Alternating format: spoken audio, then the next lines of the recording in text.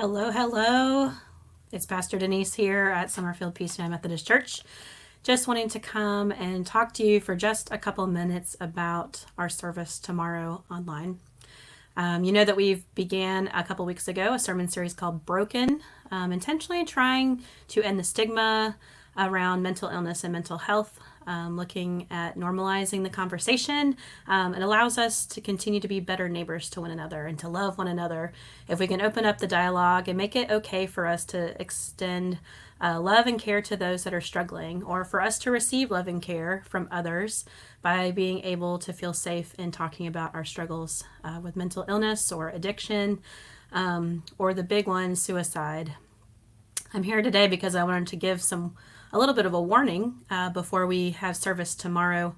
I know I missed last week, but we're going to go kind of according to our schedule for this week, which the topic is on suicide. That's a really big topic. Can be really scary. It can be even triggering if you've had experience of losing people that you know to suicide.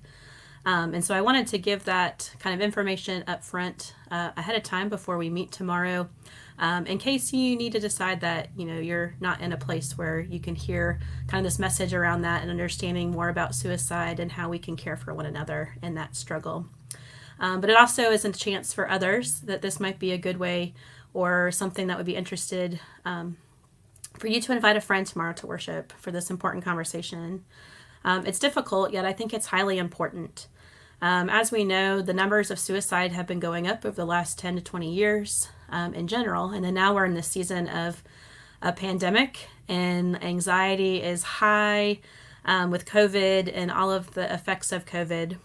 And so they're seeing some trends now that mental health issues seem to be on the rise. Health providers feel like mental health issues and suicide are also on a rise. We won't know all that information for sure until after this year, the next year.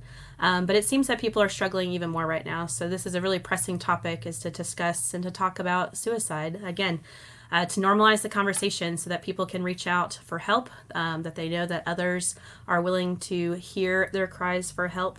And what they're saying right now is that teen and youth are being hit the hardest. They're the ones that are suffering the most socially with the distancing. And so I just briefly wanted to let you know that tomorrow we'll be talking about suicide, and also to give just some brief warning signs that might be things just to think about or take notice of in someone that you love or that you know.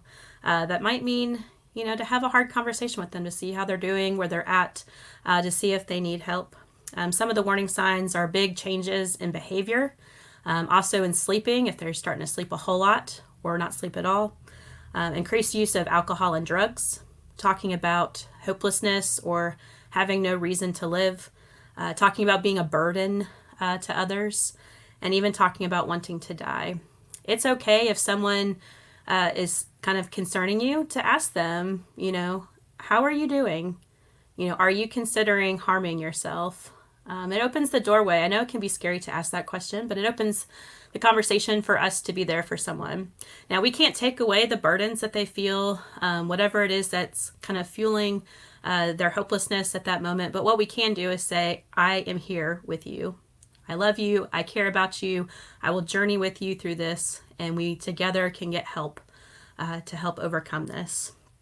And so before I go, I did want to share this information. So if you know someone or you yourself are struggling with thoughts of ending your life, of feeling hopeless, of having no reason to live, or someone you know is, know about the National Suicide Prevention Lifeline. It's right there 24/7. It's free and confidential. You can call it anytime, 1-800-273-TALK, and get some emotional support. There's also a crisis text line, still available 24/7. Text MHA to 741-741, and a trained counselor can offer you free text-based support. And then if you live near me in Guilford County, there's also the NAMI, where you can learn more information about suicide, about mental illness, and that kind of thing, and connect to more local resources. But we're in this together, and that's really, really important all the time, but especially right now during COVID. And so I hope to see you all tomorrow in worship. Maybe invite a friend where this might be an important conversation for them to hear as we talk about mental illness and particularly about suicide tomorrow.